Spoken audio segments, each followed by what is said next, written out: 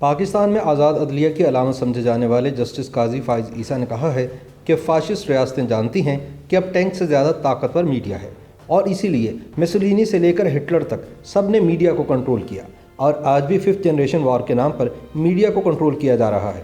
یاد رہے کہ 5th جنریشن وار کی اصطلاح پاکستان کی فوجی اسٹیبلشمنٹ استعمال کرتی ہے۔ جسٹس فائز عیسیٰ کا کہنا تھا کہ کچھ ایسا ہی معاملہ آج جناح کے پاکستان میں بھی دیکھنے میں آ رہا ہے۔ انہوں نے کہا کہ ایسا لگتا ہے جیسے ہم پاکستان میں نہیں بلکہ کسی گٹر میں رہ رہے ہیں، اور اگر میں اس صورتحال کے ذمہ داران کا نام لوں گا تو میرے خلاف ایک نیا صدارتی ریفرنس دائر کر دیا جائے گا اور مجھے اڑا دیا جائے گا۔ یہ ریمارکس جسٹس قاضی فائز عیسیٰ نے سپریم کورٹ کی فل کورٹ کے سامنے اپنے کیس میں دلائل دیتے ہوئے دیے۔ انہوں نے کہا کہ مجھ پر اور میرے اہل خانہ پر 2 سال سے جھوٹے الزامات کی بمباری کی جا رہی ہے اور کوئی پوچھنے والا نہیں، حالانکہ یہ میری ذات کا معاملہ نہیں تھا بلکہ سپریم کورٹ کے ایک جج اور اس کے اہل خانہ کا معاملہ تھا۔ جسٹس فائز عیسیٰ نے فل کورٹ کے ججز کو مخاطب کرتے ہوئے کہا کہ وہ ان کی جگہ خود کو رکھ کر سوچیں کہ اگر یہ سب کچھ ان کے یا ان کے اہل خانہ کے ساتھ ہوتا تو وہ کیا کرتے اور کیا سوچتے۔ جسٹس قاضی فائز عیسیٰ کا کہنا تھا کہ وہ اپنی ذات کی نہیں بلکہ سپریم کورٹ کی ساکھ کا مقدمہ لڑ رہے ہیں، کیونکہ حکومت وقت چاہتی ہے کہ مناسب موقع ملنے پر مجھے اڑا دے۔ اسی وجہ سے مجھے داغدار کرنے کی کوشش کی گئی اور میرے بیوی بچوں پر دھوکہ دہی کے الزامات لگائے گئے۔ ایسا کہتے ہوئے جسٹس عیسیٰ کی آواز فرتے جذبات سے بھر آ گئی اور ان کی آنکھوں میں آنسو آ گئے۔ اس موقع پر جسٹس عمر تابندیال نے جسٹس فائز عیسیٰ کو صبر کرنے کا کہتے ہوئے ریمارکس دیے کہ آپ جذباتی مت ہوں، ہم آپ کو سن رہے ہیں۔ جسٹس منظور ملک نے بھی اپنی نسبتاً باریک آواز میں جسٹس قاضی فائز عیسیٰ کو مخاطب کر کے کہا کہ آپ جو کہنا چاہتے ہیں ہم آپ کو سننے کے لیے ہی بیٹھے ہیں۔ جسٹس فائز عیسیٰ تھوڑا توقف کر کے دوبارہ گویا ہوئے اور کہا کہ کیا یہ قائد اعظم محمد علی جناح رحمۃ اللہ علیہ کا پاکستان ہے اور کیا یہ ملک آج ان کے ویژن کے مطابق چل رہا ہے؟ یہاں تو وفاقی دارالحکومت اسلام آباد سے دن دہاڑے صحافی اغوا ہو رہے ہیں، صحافیوں پر تشدد ہو رہا ہے اور انہیں قتل کیا جا رہا ہے۔ ان کا کہنا تھا کہ پاکستان میں ہر چند برسوں کے بعد ایک ملٹری ڈکٹیٹر کو اپنی طاقت کی ہوس بجھانا ہوتی ہے اور وہ آئین اور جمہوریت پر شب خون مار دیتا ہے، لیکن ایسے لوگوں کا کوئی احتساب نہیں ہوتا۔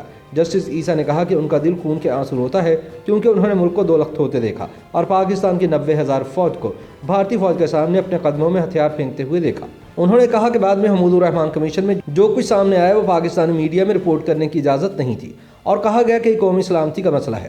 جسٹس عیسیٰ نے کہا کہ فاشسٹ ریاستیں جانتی ہیں کہ ٹینک سے زیادہ طاقتور میڈیا ہے اور اسی لیے مسولینی سے لے کر ہٹلر تک سب نے میڈیا کو کنٹرول کیا اور آج بھی 5th جنریشن وار کے نام پر میڈیا کو کنٹرول کیا جا رہا ہے۔ یاد رہے کہ 5th جنریشن وار کی اصطلاح پاکستانی فوجی اسٹیبلشمنٹ استعمال کرتی ہے۔ اس موقع پر جسٹس عمر تابندیال نے ریمارکس دیے کہ یہ ایک علمی بحث ہے، لہٰذا براہ مہربانی اپنے دلائل اپنے کیس تک محدود رکھیں۔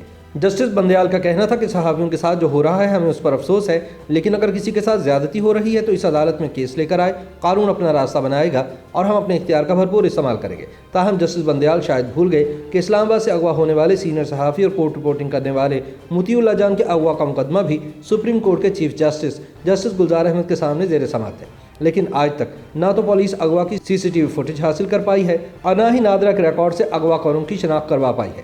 جسٹس عیسیٰ کا مزید کہنا تھا کہ جب ٹیکنالوجی موجود ہے تو اس سے فائدہ کیوں نہیں اٹھایا جاتا اور ان کے کیس کی نظر ثانی اپیلوں کی سماعت براہ راست TV پر دکھانے کا حکم کیوں نہیں دیا جاتا۔ جسٹس فائز عیسیٰ کا کہنا تھا کہ پاکستان میں میڈیا کو کنٹرول کیا جا چکا ہے اور وہ بہت سارے معاملات رپورٹ نہیں کر پا رہا۔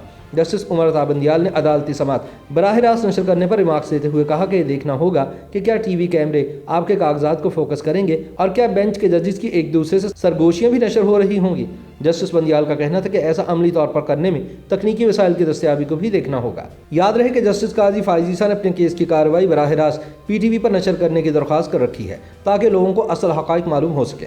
اس کے بعد جسٹس بندیال نے ڈپٹی اٹارنی جنرل کو روسٹر پر بلا کر پوچھا کہ آپ خود دلائل دیں گے، کیونکہ پہلے تو وفاقی وزیر قانون بیرسٹر ڈاکٹر فروغ نسیم نے دلائل دیے تھے۔ اس پر ڈپٹی اٹارنی جنرل نے کہا کہ یہ میں وفاق سے ہدایات لے کر بتاؤں گا۔ جسٹس منصور علی شاہ نے مداخلت کرتے ہوئے کہا کہ 10 رکنی بینچ 2 دن سے بیٹھا ہوا ہے اور آپ کیا کہنا چاہ رہے ہیں کہ وفاق کو ابھی تک پتہ ہی نہیں؟